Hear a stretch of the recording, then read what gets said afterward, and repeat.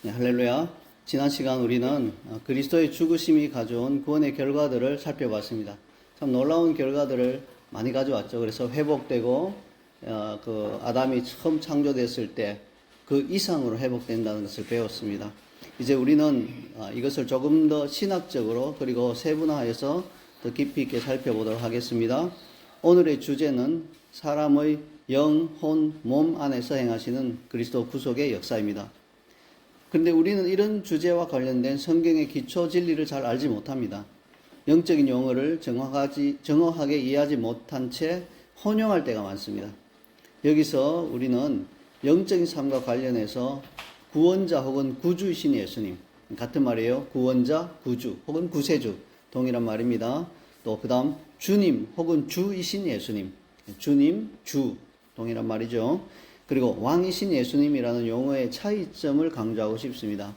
이를 통해 우리의 영적 생활에 영향을 미치는 용어와 개념들의 미세한 차이를 명확히 구분하고자 합니다. 실제적인 예를 들어 보겠습니다. 어떤 그리스도인들은 예수님을 구주로만 받아들여서는 안 되고 주님으로도 받아들여야 한다고 주장합니다. 그래서 그분들은 어떤 사람이 예수님을 영접할 때 그에게 예수님을 주와 구주로 받아들이라 이렇게 권면합니다. 그렇다면 우리는 예수님을 영접하는 바로 그 순간에 예수님을 주와 구주로 받아들일 수 있다는 말인가요? 거기서 한 걸음 더 나가서 우리는 예수님을 영접하는 바로 그 순간에 그분을 주와 구주와 왕으로 받아들일 수 있다는 말인가요? 혹은 우선은 구주로 받아들이고 주 혹은 왕으로 받아들이는 것은 시간이 걸리고 시간을 할애해야 되는 일인가요? 좀 혼란스럽죠. 오늘 강의가 이런 혼란스러운 질문에 대하여 적절한 답을 줄 수 있을 것으로 믿습니다. 그러면 먼저 사람의 영 안에서 행하시는 그리스도의 구속 역사를 보도록 하겠습니다. 사람의 영 안에서 행하시는 그리스도의 구속 역사. 사람의 영 안에서 일어나는 그리스도의 구속 역사는 한마디로 의, righteousness, 즉 새로운 생명이 나타나는 것을 말합니다. 이를 속사람의 관점에서 다시 한번 되짚어보면 예수님을 영접하는 순간 어떤 일이 일어납니까? 하나님의 은혜로 예수 그리스도의 장성한 분량에 이를 수 있는 모든 가능성을 지닌 생명의 씨앗이 성령님에 의해서 그 사람의 영 안에 떨어집니다.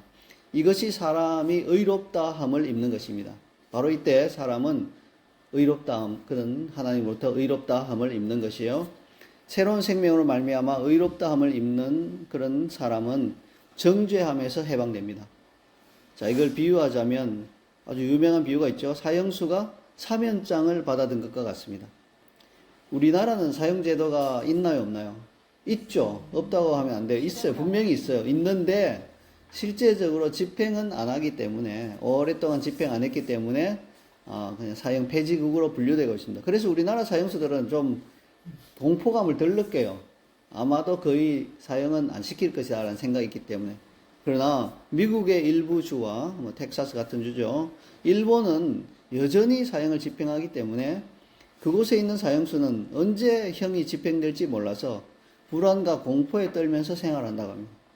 그래서 미국 같은 경우는 제가 신문을 보니까 막 38년 후에도 사형을 시키더라고요. 그래서 이제 30년 넘어가면 난 사형 안 되겠구나 하는데도 그런 게 없어요. 한 38년 후에 그냥 불시에 사형이 집행이 되는 겁니다. 그러니 이 사형수들은 5년, 10년, 15년이 지나도 여전히 불안한 거예요. 38년, 37년 이런 분이 사형 당하니까 나라고 예외가 있을 수 없잖아요. 그래서 늘 불안에 떨면서 생활한다고 합니다.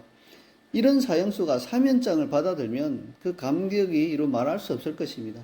살았다라는 생각이 들겠죠. 그래서 우리에게 있어서 정죄감, 근원적인 정죄감은 뭡니까? 내가 좀 잘못했을 때 정죄감이 들죠. 내 이러면 안 됐는데, 이래서는 안 됐는데. 근원적인 정죄감은 뭐냐면, 너는 지옥에 갈 것이다. 라는. 너는 영원히 하나님과 단절되어 영원한 멸망을 얻을 것이다. 라는 것이 바로 우리가 가지고 있는 근원적인 정죄감입니다. 여기서 해방이 되는 거예요. 그 의가 우리 안에 들어오면 새로운 생명이 나타나면서 해방이 되는 거예요. 이게 바로 예수님을 영접할 때 우리가 느꼈던 감동입니다. 여러분 어떤지 모르겠지만 저는 그러더라고요. 풀 한 포기, 나무 한 그루조차 어제 풀과 나무가 아니에요. 조금 전에 풀과 나무가 아니죠. 더없이 신선하고 아름답게 느껴졌던 바로 그 느낌이 정죄함에서 해방된 인간이 느끼는 그 순간의 감동입니다. 이것만 해도 놀라운데 또한 새로운 생명으로 말미암아 의롭다함을 입은 사람은 하나님의 자녀가 되며 하나님의 집에 속한 가족이 됩니다. 이건 마치요. 사면장을 준 판사님이 당신 사면이요 하고 집에 가버린 게 아니라 당신 사면이요? 자, 이제 우리 집에 가서 우리 함께 사십시다 하는 것과 같은 거예요. 하나님이 우리 그 영 안에서 이렇게 의로 말미암아 정죄함이 없어졌을 뿐만 아니라 하나님의 자녀가 되는 권리를 주신 것이에요. 하나님의 집에 속한 가족이 됩니다. 자, 여기에 대하여 세상의 신뢰를 한번 들어서 살펴보면요. 영국 사람이라 할지라도 영국 왕실의 가족이 될 수는 없어요. 자, 영국 왕실의 화려한 삶을 둘러보는 하루 관광을 할 수 있는 관광객이 될 수는 있어도 가족이 될 수는 없습니다. 가족이 될 수 있는 방법은 딱 하나밖에 없는 건 아니죠. 두 개가 있어요. 하나는 태어나는 겁니다. 그 영국 왕실의 일원으로 태어나면 자동적으로 가족이 됩니다. 또 하나는 입양이 되는 것입니다. 예수 그리스도의 생명으로 거듭난 사람은 하나님의 자녀로 새롭게 태어난 것인가 동시에 양자의 영을 받아 하나님의 집에 속한 가족으로 입양될 것입니다. 자, 그러니까 일반적인 사람은 태어나는 것 아니면 양자되는 것, 입양되는 것, 둘 중에 하나를 통해서 한 가족의 일원이 되지만 거듭난 그리스도인은 태어남과 입양됨 둘 다 하는 거예요. 그러니까 이것은 두 배로 더 강력하게 하나님의 가족에 속하게 된다는 것입니다. 이게 바로 영 안에서 행하시는 그리스도의 구속의 역사입니다. 아울러 새로운 생명으로 말미암아 의롭다함을 입은 사람은 성령님과 함께하는 삶을 살 수 있게 됩니다. 자, 우리가 타락한 상태에서는 어떻게 됐나? 성령님이 우리를 떠나셨죠. 아담을 떠나신 성령님은 아담의 후손에게 여전히 오실 수 없습니다. 왜냐하면 타락한 상태로 영 안에 성령님이 오실 공간 자체가 없는 거예요. 그래서 성령님은 오실 수가 없는 것입니다. 자, 그런데 우리가 구원받게 되면 우리 영 안에 그 생명의 씨앗, 은혜의 씨앗이 떨어진다고 했죠. 자, 그 씨앗이 바로 성령님을 담을 수 있는 그러한 이제 공간이 되는 것입니다. 그래서 성령님은 그곳에 오실 수 있게 됩니다. 그래서 예수 그리스도는 그리스도의 구속의 역사가 이루어지지 않은 영에는 임할 수 없기 때문에 그 전에는 성령님과 함께하는 삶이라는 것은 있을 수 없었죠. 물론 외부에서 바깥에서 성령님이 순간순간 이렇게 도와주실 수는 있었어요. 그러나 그것이 내 안에 성령님이 오셔서 거하시고 하는 것은 아닌 것이에요. 근데 이제는 오셔서 거하신 것. 여러분 그런 거 있잖아요. 집 안에 함께 거하는 사람하고 한 번씩 오시는 분하고는 다르죠. 요즘 아버지들이 한 번씩 오시는 분이 돼서 문제인데요. 예. 그래서 집 안에 거하는 느낌이 안 드는 현대사회의 문제가 그거 아니겠습니까? 집 안에 함께 거하고 있다는 느낌과 그냥 어쩌다 한 번씩 이렇게 생일이나 특별한 일이 있으면 이렇게 오시는 분하고는 다른 거예요. 물론 그렇게 오셔도 반갑죠. 삼촌이 1년 만에 한 번씩 오시면 삼촌하고 목표는 이제 삼촌 지갑에 있는 돈이지만 굉장히 반갑게 막 맞이해주고 하는 것까지는 좋아요. 그러나 삼촌이 우리 집에 사는 건 아니잖아요. 성령님이 오셔서 거하신 것, 함께 생활하는 것과 그리고 성령님이 바깥에서 이렇게 택함 받은 자니까 위험에서도 건져주시고 한 번씩 도와주신 것은 전혀 다른 이야기입니다. 구속받은 사람은 성령님이 그와 함께 하실 수 있게 됩니다. 자, 그런데 영 안에서 행하시는 그리스도의 구속 역사는 여기서 그치지 않습니다. 새로운 생명으로 말미암아 의롭다함을 입은 사람은 그리스도 안에서 영생을 상속받습니다. 상속이 있다는 거예요. 이게 당연한 거죠. 영국 왕실에 입양되어 들어가면 상속받는 어마어마한 재산이 있다는 것입니다. 그 재산이요, 보통 부유한 게 아니죠, 영국 왕실은. 근데 그것보다 훨씬 더 큰 영생이라고 하는 상속을 우리가 받을 수 있게 되는 것입니다. 이유는 단순합니다. 자녀이기 때문입니다. 자, 근데 상속에 관해서 우리가 약간 오해하고 있는 거 있어요. 상속을 부모님이 죽은 후에 받는 것으로 생각합니다. 자, 그러면 이제 우리 그리스도인의 입장에서는 부모님, 아버지, 하나님이 돌아가신 후에 받나 그런 개념은 아니고 우리가 죽은 후에 내세에 천국에 가서 영생을 이제 상속으로 받겠구나 이렇게 오해하는 경향이 있습니다. 예. 그러나 그렇지 않습니다. 이 세상의 예를 한번 들어보세요. 어떤 굉장히 돈이 많은 백만장자의 자녀가 언제부터 상속을 받나요? 그 아버지가 어머니가 돌아가신 후에 상속을 받나요? 물론 그때 되면 받죠. 그러나 그 전에 이미 그는 어떻게 표현하죠? 요즘 표현으로 금수저를 물고 태어난 거잖아요. 이미 아기 때부터 그 부모의 부를 통해서 뭐 황금요람에 누워 있다든지 이미 상속이 시작이 된 거예요.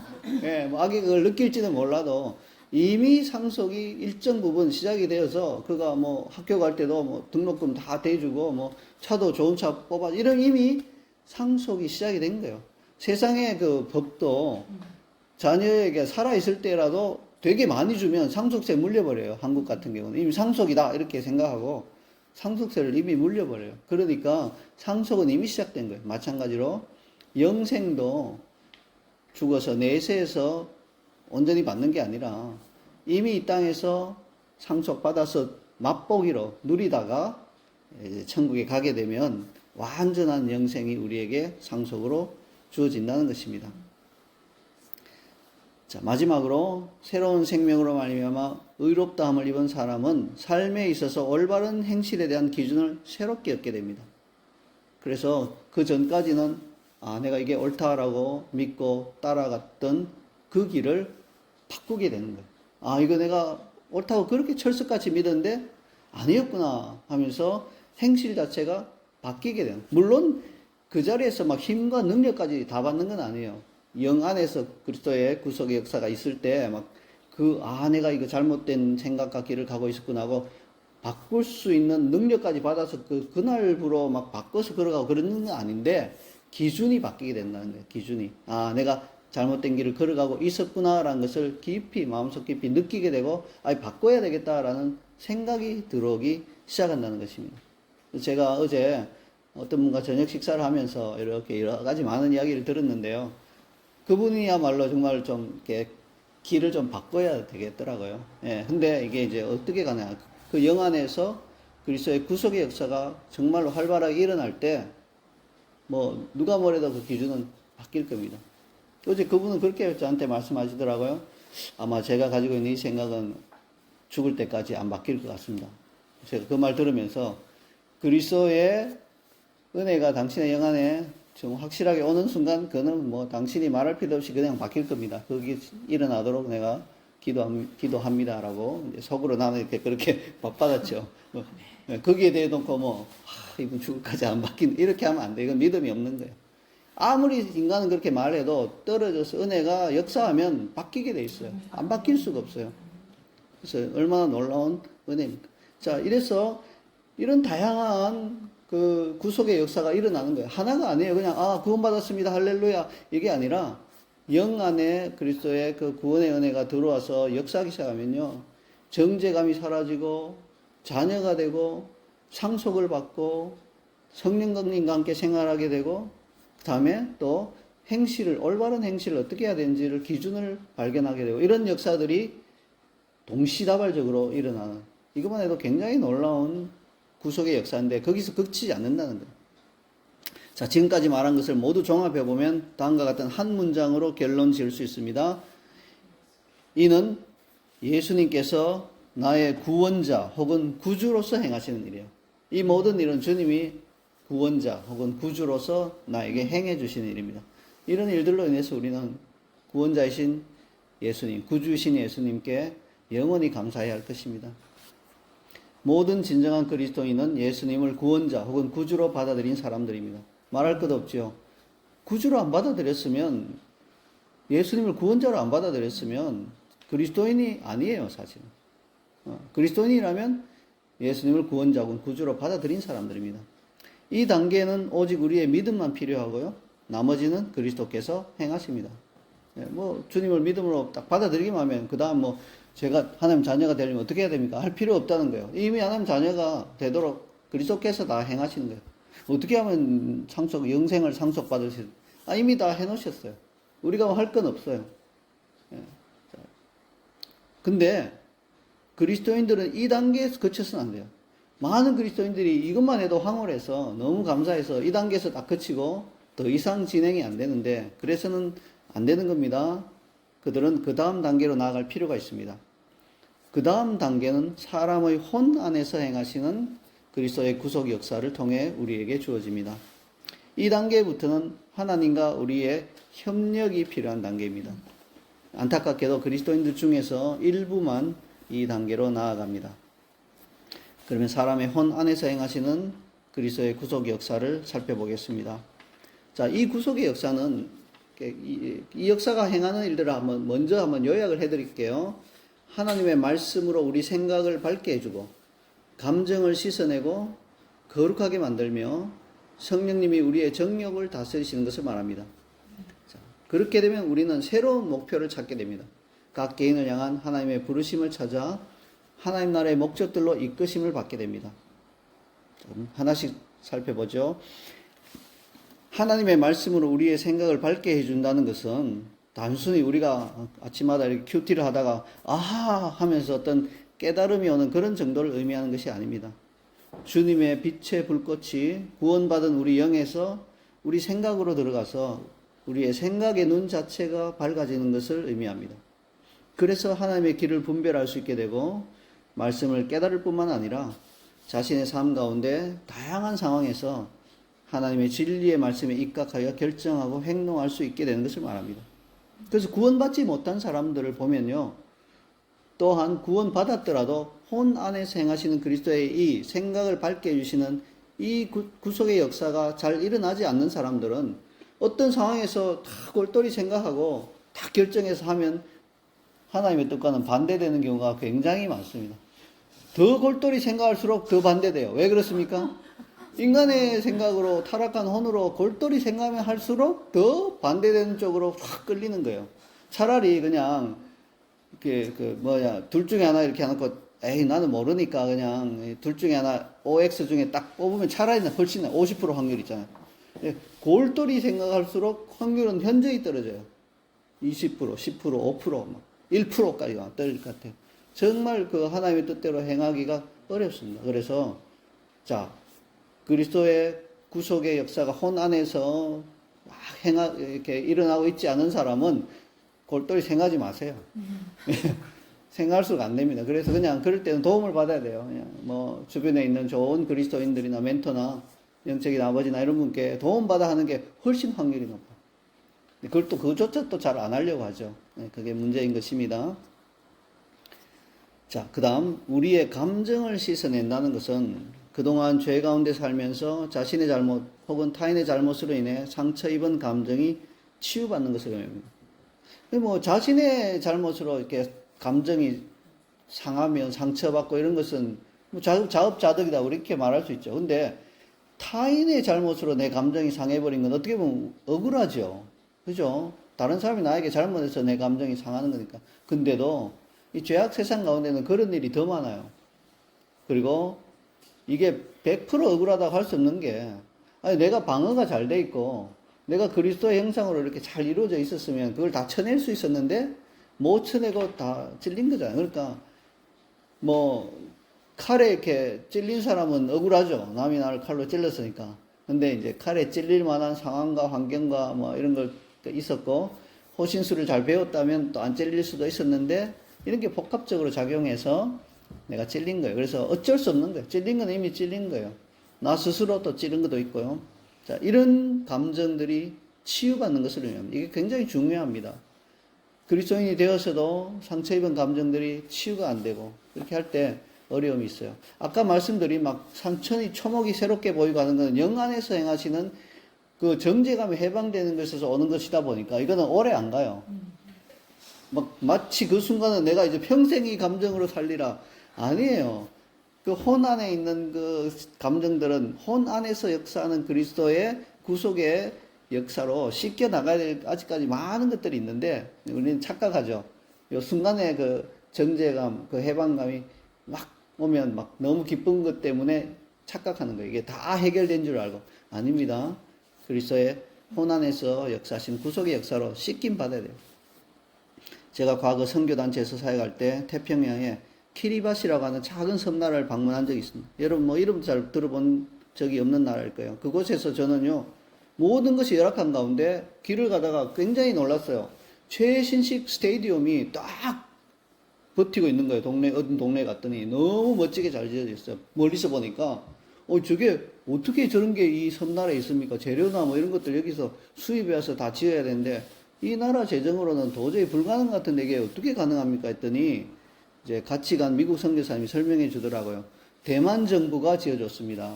전액 다 내어서.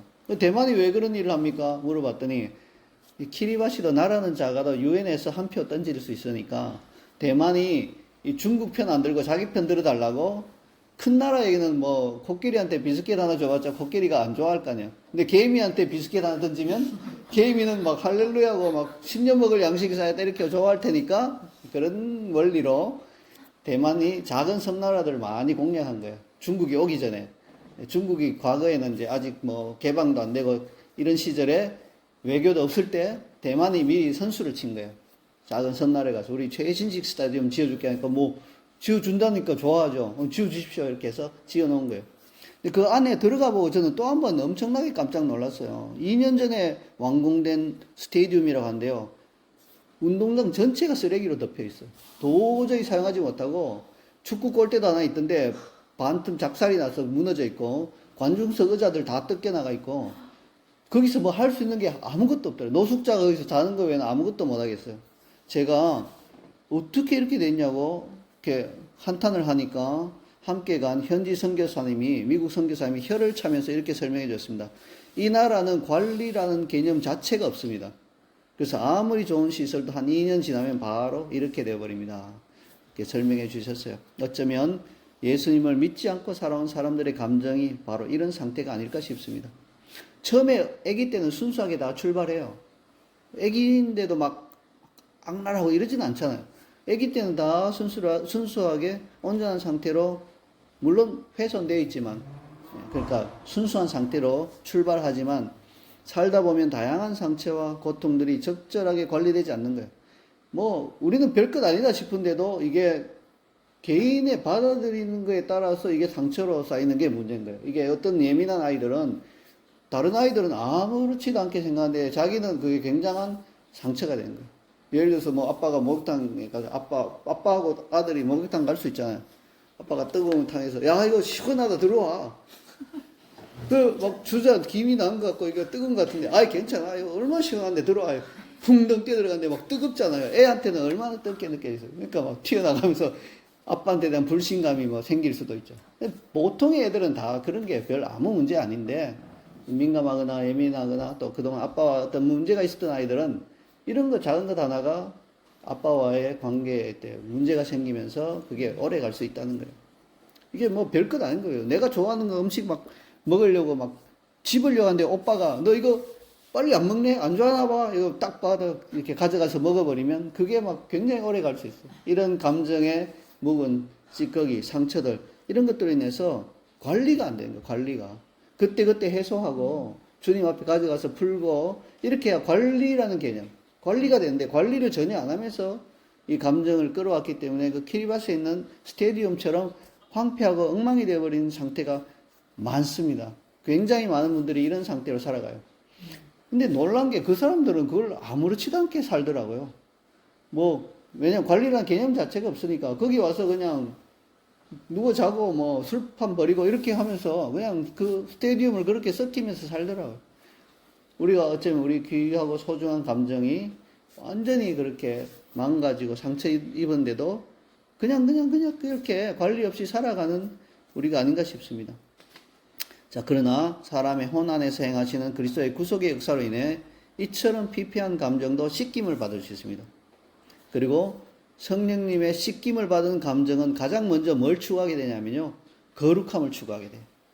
우리 감정은요. 거룩한 것에 경탄하고 거룩한 것을 사모하고 하는 그런 마음이 있거든요. 그래서 그 감정은 거룩한 걸 추구하게 돼요. 그래서 여러분 가운데 혹시 거룩한 걸 추구하고 싶은 마음이 별로 없다. 감정이 문제가 있는 거예요. 심각한 겁니다. 거룩한 것을 저절로 추구하게 되어 있어요. 거룩함을 추구하는 거예요. 거룩함. 그게 무슨 말이냐면 거룩한 것을 추구한 것과 거룩함을 추구한 건 좀 달라요.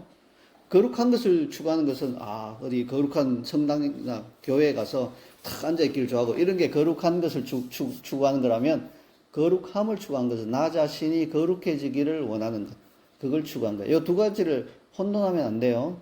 그래서 씻김 받으면 거룩함을 추구하게 되는 거예요.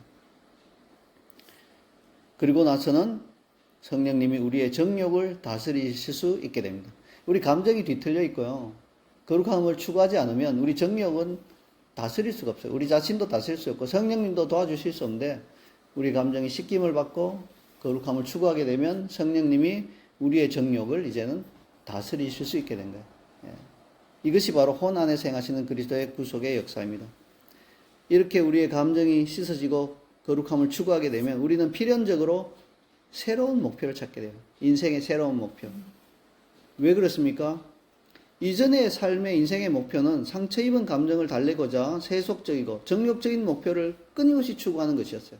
아무리 해도 갈증이 가시지 않으니까 끊임없이 그걸 추구하고 살다가 더 이상 그렇게 할 필요가 없어져 버린 거예요. 거룩함을 추구하고 성령님이 우리의 정욕을 딱 다스려 주시니까 이제는 인간은 뭔가를 해야 되잖아요.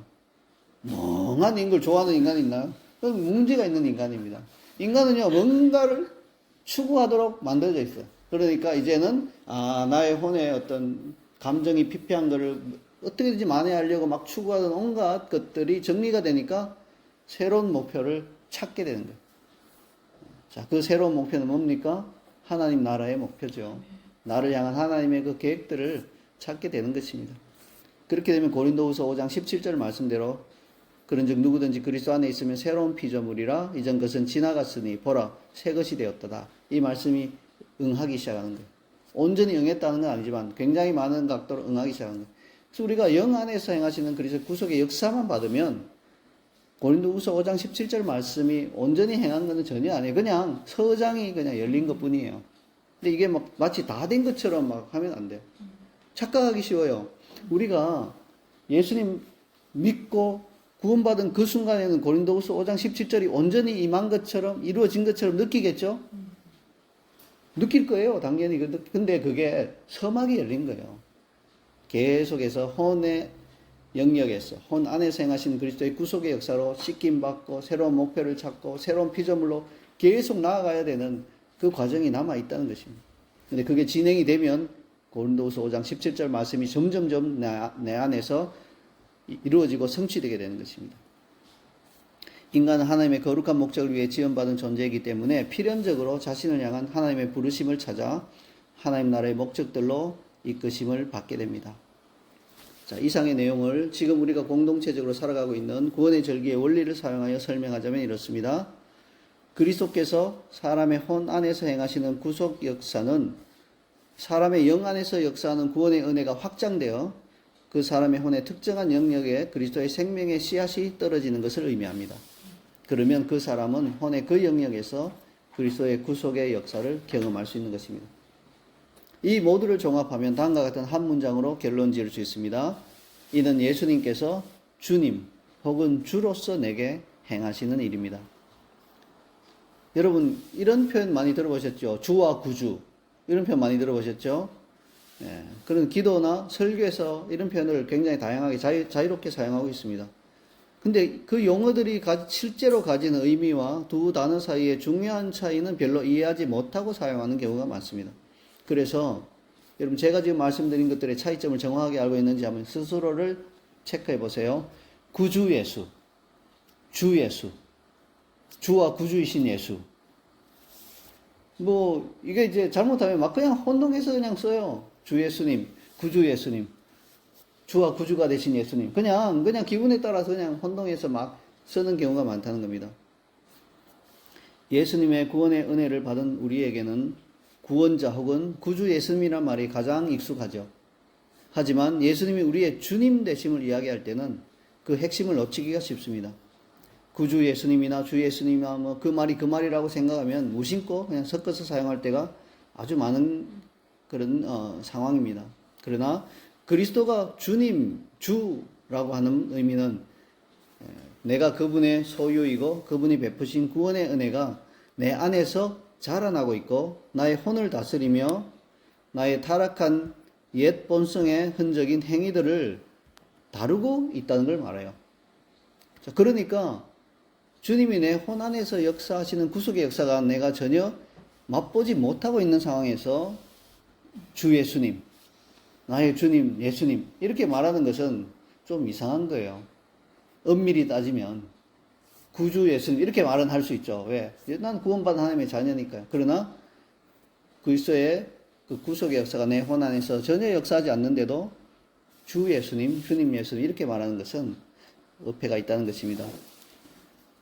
그리스도가 진정으로 나에게 주님이 되실 때 나는 그리스도의 인도하심이 없이는 더 이상 내 삶에서 어떤 결정도 내릴 수 없음을 깨닫게 됩니다. 여러분 삶에 크고 작고 중요하고 크게 중요하지 않은 모든 결정 가운데 그리스도를 주님으로 인정하고 그분의 뜻을 구합니까? 그렇게 해야지만이 그리스도께서 바로 주님으로서 내 혼 안에서 구속의 역사를 행하고 계신 것입니다. 만약에 그리스도의 명령에 순종하지 않으면 더 이상 일상생활을 지속해 갈 수 없습니다. 마음이 너무 불편한 거예요. 이게 삶이 잘 안 되는 겁니다. 그리스도가 나의 주님이 되어 나를 이끄시고 나는 기쁨과 평안으로 그분에게 순종합니다. 그분의 은혜가 나를 도우시고 모든 상황과 어려움을 넘어 나를 위로 데려가시기 때문입니다. 그래서 나는 이렇게 고백할 수 있습니다. 예수님은 나의 구원자이시며 나의 주님이십니다. 두 가지 차이를 아시겠죠? 나는 예수님의 종이며 소유물입니다. 나는 하나님의 아들이지만 종이기도 합니다. 그분은 나의 아버지이시지만 또한 나의 주님이십니다. 그래서 우리가 어떻게 보면 좀 뭔가 이상하죠. 나는 하나님의 아들이다 말해놓고 나는 하나님의 종이다. 그럼 뭐야? 아들이면서 종인 게 있나? 우리는 좀 인간의 생각으로는 이해가 안 돼요. 아들이면 아들이고 종이면 종이지. 어떻게 아들이면서 어떻게 종이 되냐? 이제 우리가 지금까지 배운 이 내용으로 봐서는 이제 명확하게 이해가 되죠. 나의 영 안에서 행하시는 그리스도의 구속의 역사만 바라봤을 때 나 하나님의 아들이다 이렇게 정확하게 말할 수 있는 거예요. 그리고 내가 예수 그리스도를 나의 혼 안에서 역사하시는 구속의 역사를 따라서 나의 주님, 주로 받아들이고 있다면 나는 그분의 종이기도 한 겁니다. 그러니까 동시에 가능한 거예요. 이 세상에서는 한 사람이 어떤 사람의 아들이자 종이 동시에 될 수는 없는데 영적 세계에서는 그게 가능하다는 것입니다. 이것은 우리의 영적 생활과 사역 모두에 영향을 미치는 매우 중요한 일입니다. 이 단계는 아까 말씀드린 것처럼 소수의 그리스도인들만이 진정으로 성취할 수 있습니다. 그러나 이 단계가 최종 단계는 아닙니다. 이보다 더 높은 단계로 나아갈 수 있습니다. 그것은 사람의 몸 안에서 행하시는 그리스도의 구속 역사를 통해서 도달할 수 있는 단계입니다. 그러면 사람의 몸 안에서 행하시는 그리스도의 구속 역사는 뭘까요? 이것은 죄에서 씻김 받는 것을 의미합니다. 여기서 죄에서 씻김이란 구원받는 것을 뜻하는 게 아니에요. 나의 본성 가운데 깊숙이 뿌리박고 있는 죄의 본성으로부터 씻김 받는 것을 의미합니다. 그래서 이게 우리가 착각하면 안 되는 게 죄로부터 씻김 받는다 하면 그냥 구원받는 은혜 그걸 말하는 게 아니라 나의 본성 깊이 뿌리박은 그 죄성 여기로부터 씻김 받는 것을 의미하는 거예요. 좀 이해가 안 가실 것 같아서 제가 설명을 해드릴게요. 제가 대학 시절에 영어 성경 공부를 하는 동아리에 속해 있었는데 여름 방학 때마다 MT를 가곤 했습니다. 참 낭만적이죠. 그래서 목적지는 그 당시 이제 제가 대구 지역에 있었으니까 주로 억새로 유명한 주왕산이라든지 거기 가면 막 이 꼭대기에 억새 밭이 펼쳐져 있는데 장관이에요. 예, 혹은 그 밖에 아름다운 자연 환경이 있는 비교적 가까운 곳이었습니다. 당시 우리는 단체로 비둘기호라는 가장 싼 기차를 타고 가곤 했습니다. 지금은 뭐 완전히 없어진 기차 차종이지만 가격이 제일 쌌거든요. 그래서 우리 주머니 사정에 제일 맞는 그치고 또 뭔가 느린 기차가 이게 더 낭만이 있더라고요. 예, 아주 느릿느릿 가는 기차. 그리고 역에 가면 무조건 한 10분, 15분 서 있어요. 왜냐하면 새마을이나 뭐 통일이나 이런 게 지나가는 길을 비켜줘야 되니까. 예, 그래서 여기 한참 서 있다가 황 하고 이제 다른 빠른 차가 지나가면 비로소 또 다시 가고. 그냥 뭐 느릿느릿 가는 거예요. 자, 이 비둘기호를 탈 때 불문율이 있습니다. 그것은 기차를 탄 후에 자신이 앉을 좌석을 털지 않는 것입니다. 하지만 뭣도 모르고 좌석을 터는 신입생이 꼭 한둘씩은 있는데 그들은 곧 후회하게 됩니다. 털면 털수록 좌석 깊은 곳에 쌓여있던 묵은 먼지가 더욱더 외부로 솟구쳐 나오기 때문입니다. 그래서 막 여러 번 털다 보면 도저히 감당할 수 없을 정도로 먼지가 좌석에 쌓이게 되버려요. 이게 청소가 안 되는 겁니다. 왜 이런 일이 벌어집니까? 여러 해 동안 한 번도 좌석을 청소하지 않으니까 이런 일이 벌어지는 겁니다. 그래서 노련한 4학년 선배들은 살포시 딱 앉는데 뭣도 모르는 신입생 중에 꼭 터는 아이들이 있어요. 그리고 선배들 짓궂어요. 안 말려요. 예, 미리 말해주면 뭐 안 틀면 되는데 당해봐야 한다. 이런 일은 당해봐야 한다. 이런 생각인지 안 말리는 거예요. 그러면 막 신입사원 중에 특히 여자아이들 깔끔한 거 좋아하잖아요. 막 틀면 막 콕콕콕 솟아오르니까 막 기겁하는 모습을 보고 즐기는 거예요. 좋아하는 거예요. 예, 뭔가 약간 과학적인 선배들이 좀 그랬어요. 그때 당시는. 우리 본성 가운데 뿌리 박은 죄성 역시 이런 먼지와 같습니다. 털어도 도무지 없어지지 않습니다. 더욱더 솟구쳐 오를 뿐입니다. 예, 그 중에 한 애는 최후로 한번 해보자고 크게 때리더랬어요. 그럼 막 팍 하고 완전 주변 사람들까지 다 괴롭힙니다. 바로 우리가 이 감정, 우리 안에 있는 이 죄성이죠. 이 죄성을 억누르고 한 방에 해결하려고 하고 우리 힘으로 하려고 하면 안 됩니다. 주변 사람들까지 더 힘들게 만듭니다. 그러나 사람의 몸 안에서 행하시는 그리스도의 구속 역사는 이 죄성까지 깨끗이 씻어냅니다. 마치 먼지 쌓인 좌석을 깨끗한 새 좌석으로 교체하는 것과 같습니다. 좌석 자체를 교체해버리면 이제 그런 일이 나올 일이 없죠. 먼지를 털 일도 없고 털어도 안에서 나올 일이 없는 것입니다. 이렇게 나의 죄성을 씻어내야 하는 이유는 뭘까요? 적당히 묻어두고 그냥 앉아서 가면 되지 않나? 안 되는 이유는 내가 하나님의 은혜로 씻김 받은 만큼 하나님을 섬길 수 있기 때문입니다. 나 자신의 노력으로 하나님을 섬기는 것이 아닙니다. 우리는 흔히 내가 열심히 노력하여 하나님을 섬기면 하나님께서 감동하실 것이고 어떤 결과들을 얻을 수 있을 것이라고 생각합니다. 하지만 그것은 온전하지 않은 진리예요. 온전한 진리는 뭡니까? 내가 먼저 하나님의 은혜로 씻김을 받아야 합니다. 그런 다음 나는 힘을 다해 하나님을 섬길 수 있습니다. 그러니까 씻김 받지도 않고 하나님을 섬기려고 하면 그 정성은 갸륵하지만 이게 이제 하나님께서 효율적으로 하나님 나라를 위해서 쓸 수 없는 거예요. 이 진리를 보여주는 예를 들어 보겠습니다. 자, 내가 부유한 친구의 이삿짐 운반을 도와주러 가는 길입니다. 시간이 촉박합니다. 빨리 가고 있습니다. 그런데 재수가 없어서 그만 길 옆에 있는 시궁창에 빠져버렸습니다. 그러나 이삿짐을 옮겨야 할 시간이 촉박했기 때문에 씻지 않고 그대로 친구의 집에 들어갔습니다. 나를 보는 사람들마다 코를 막고 고개를 돌립니다. 나는 친구에게 큰 소리로 말합니다. 이보게, 내가 도와주러 왔네. 자네가 소중하게 생각하는 이태리산 침대가 이거구만. 이건 내가 책임지고 옮겨주겠네. 이러면 친구가 기뻐할 것 같습니까? 친구를 돕고자 하는 정성은 고맙게 생각하지만 그래도 먼저 욕실에 가서 깨끗하게 씻고 오기를 원하지 않겠습니까? 우리가 하나님의 일을 한다는 것도 어쩌면 이럴 때가 많아요. 그 나의 죄성이 그대로 씻김 받지 않고 막 다 있는데도 하나님 내가 열심히 할게요. 열심히. 이태리 침대 어디 있습니까? 이렇게 나오면 하나님은 괴로운 거예요. 예, 괴로운. 그래서 먼저 좀 씻고 와라. 씻고 오면 내가 좀 좋은 일을 이렇게 주겠다. 이렇게 하실 수밖에 없겠지요. 사람의 몸 안에서 행하시는 그리스도의 구속 역사가 이루어지면 참으로 모든 것이 하나님의 다스림 안에 있습니다. 그래서 나는 딱 하나님의 그 다스림 안에 쫙 들어가는 겁니다. 하나님의 구원의 은혜가 내 몸의 지체와 관계들에 영향을 미치는 것입니다. 그 결과 나는 죄와 부정한 것들을 마음속 깊이부터 미워하게 됩니다. 나의 감정과 생각, 의지가 조화를 이루게 됩니다. 내 안에는 분열됨이 없습니다. 이전에 있던 모든 갈등은 더 이상 존재하지 않습니다. 내 상황과 환경이 어떠하든 간에 갈등 자체가 사라진다는 것입니다.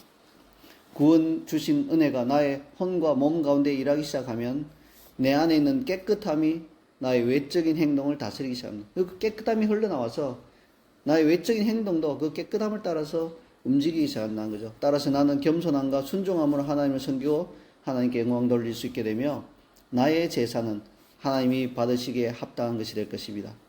이사야 52장 11절에 이렇게 말씀하고 있습니다. 너희는 떠날지어다 거기서 나오고 부정한 것을 만지지 말지어다.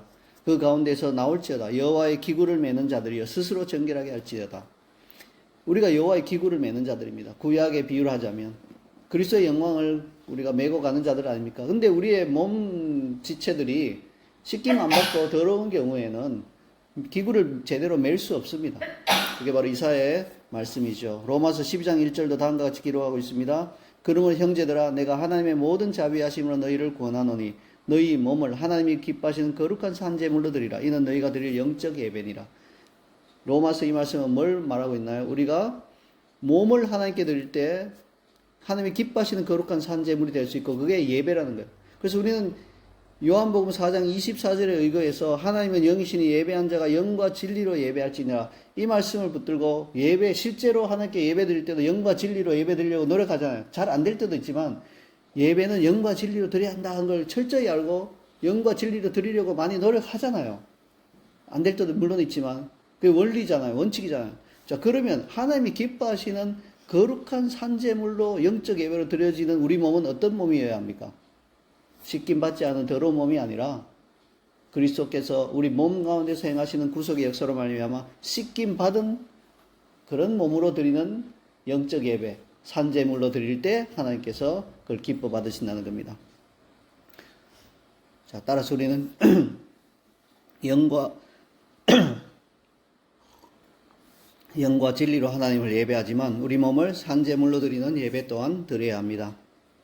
우리 몸을 산제물로 드리는 예배는 우리 안에서 시작된, 즉 영에서부터 시작된 구속 사건이 혼을 통해서 몸까지 뻗어나가야 가능합니다. 그러니까 로마서 12장 1절은 쉽게 이루어지는 말씀이 아닌 것입니다.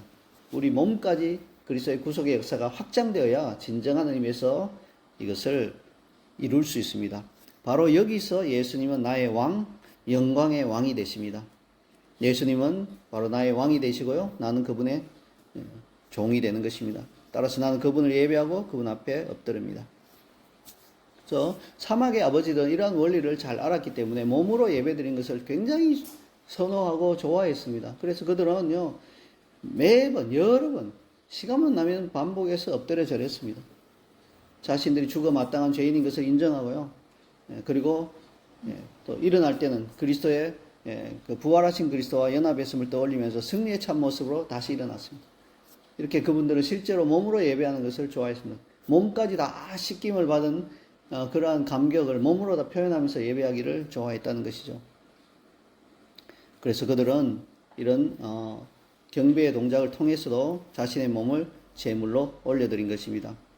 그래서 이제 마지막 장면은 뭡니까? 마지막 그림은 그리스도가 재림하실 때 우리는 영광의 몸을 받게 될 것입니다. 그분의 영광이 성도들에게 나타날 것입니다. 그래서 영, 혼, 그리고 몸 안에서 역사하시는 그리스도의 구속의 역사가 마지막 때는 결국은 어디까지 가냐면 부활의 몸까지도 충만하게 그리스도의 구속의 역사가 이루어져서 마침내 우리가 영광의 몸, 부활의 몸을 받게 되는 그것이 바로 구원의 최종 완성입니다. 이상으로 우리는 사람의 영혼, 몸 안에서 행하시는 그리스도의 구속 역사를 살펴보았습니다. 실로 그리스도의 구원의 역사는 풍성합니다. 그분은 단순히 우리를 죄에서 구원하시는 것에 그치신 것이 아니라 우리의 삶 전체가 그분의 영광 가운데 동참할 수 있도록 우리를 초청하신 것입니다. 아멘.